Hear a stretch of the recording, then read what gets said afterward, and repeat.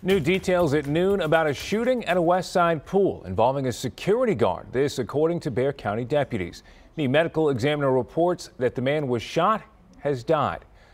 Deputies were called to the scene at 30 Oaks Apartments in the 11,400 block of Culebra Road around 11:30 p.m. last night.